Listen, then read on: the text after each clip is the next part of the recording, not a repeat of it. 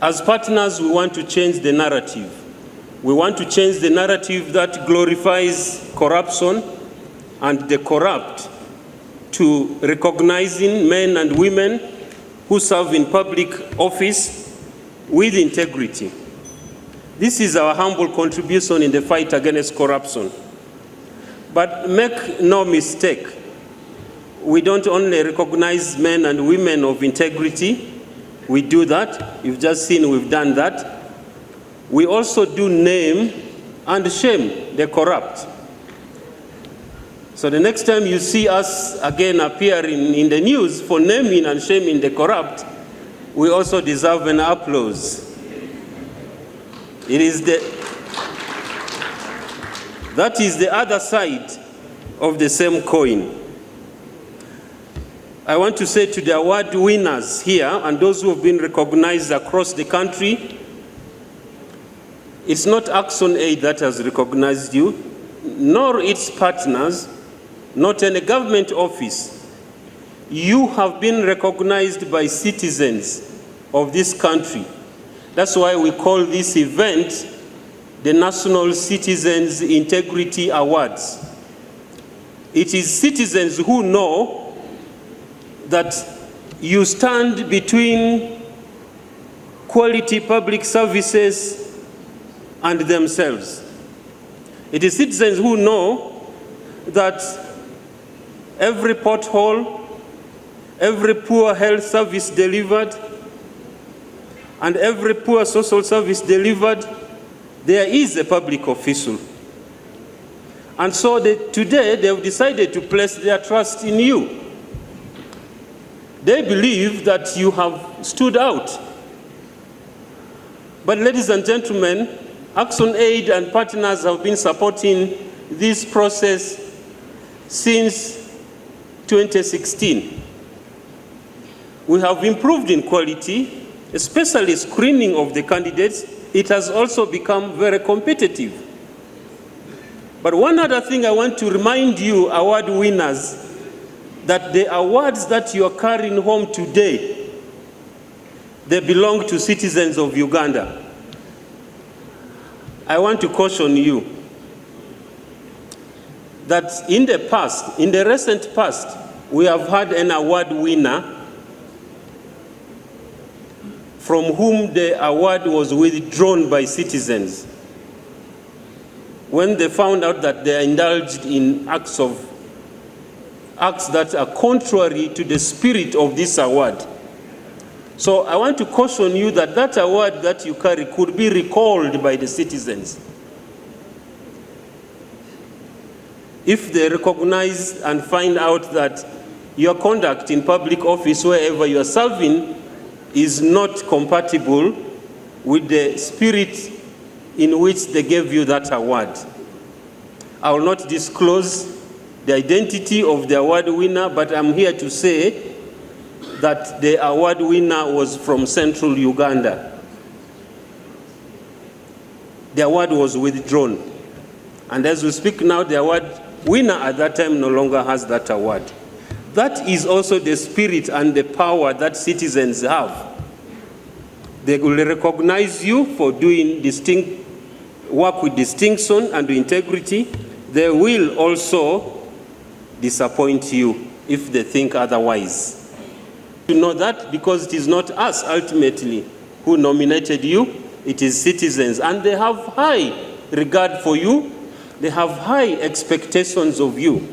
But more importantly, I hope that you will be able to inspire many other public officials across this country, especially having been recognized by citizens, whether you're a midwife like my sister Kello from Iganga Hospital, or you are a principal like Professor Balinwa.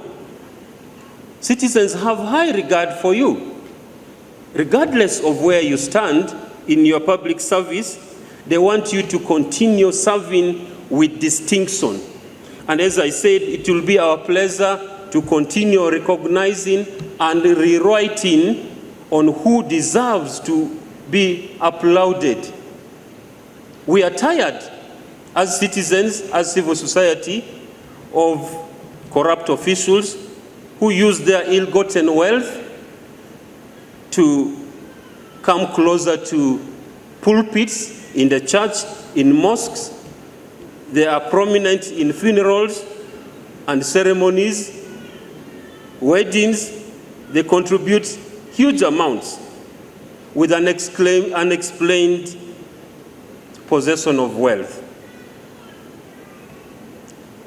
We may not have named and shamed you, but we know that between poor public services and the citizens who are on the receiving end of those poor services lies a decision by a public official. And so today, we want to continue walking that journey. On this day of the African Day of Anti-Corruption, we want to recognize and continue to write the history and the narrative of commending those who serve with integrity and distinction. I want to finally thank everyone who's accepted to participate in this process. One, as a nominee, it's not easy. You subjected yourself to public scrutiny. Many did, a total of 674, as I said. Not everyone has that courage to stand public scrutiny. I want to congratulate all the 674 people who've agreed to stand public scrutiny. I also want to thank the citizens who have been carefully watching who is serving them in this country. Your voice counts, and we hope that with that voice, we will continue to build a corruption-free society. We believe it is possible. We believe that if all actors involved in the fight against corruption took their work seriously and served this country, whether they are administrative or statutory bodies, whether they are political leaders, whether they are ordinary citizens, each one of us has a role to play in the fight against corruption. Today, that role is being played by citizens, and we want to thank the citizens for recognizing men and women of integrity across this country. On behalf of Actionaid International Uganda, on behalf of the partners that we've worked with, the NGO partners in all the 15 sub-regions, on behalf of the media houses that supported this event, I want to thank you all for coming here, but also for all those who've been watching across the country and the rest of the world, the event that has just taken place here. We want to thank you. We will continue doing our noble contribution to this country, whether it's awarding citizens such as yourself, or naming and shaming, or other acts that we can do in our means. Somebody asked me on my way here, where is this headed? What next are you going to do? I want to close my remarks by saying that after organizing this for a very long time, we realize how impactful this activity has been. We realize how competitive it is. We want to continue and turn this into a movement of men and women of integrity across the country. A movement, not the political party, but a movement that recognizes and really exonerates integrity, where citizens, where public officials will be proud to associate themselves with integrity. Whether it is the commitment board that you're carrying here, we want to reach a moment where public officials will be proud to be recognized as men and women of integrity. With that, the corruption in this country will be something that will have numbered days. And we are hoping that will create a whole army of men and women of integrity, where we'll have a country where quality education is something that is for everyone. Quality health services and no drugs stockouts, where politicians will be straightforward and speaking truth, but also serving without discrimination. We have a society where we value ethics and integrity. That is a country that we hope we can have. And if each one of you in this room and each one of you following this event across the country make a personal commitment, and then that dream will come to fruition. As an organization, we will not rest until that comes, because Actionaid has a vested interest. Our work focuses on addressing poverty in this country. Do you know what? We realize that one of the biggest barriers to ending poverty is corruption. Let me say that again. One of the biggest barriers to ending corruption in Uganda, to ending poverty in Uganda, is corruption. Corruption is when people who have access to public resources or public office use those resources for their private gain. Let me say that again. Corruption is people who serve in public office, have access to public resources, using those resources or offices for private, especially personal gain. That's why our word is focused on public officials. And we think that corruption will end when we each make a commitment to end corruption. I want to thank you, and at this moment invite you for dinner for God and my country.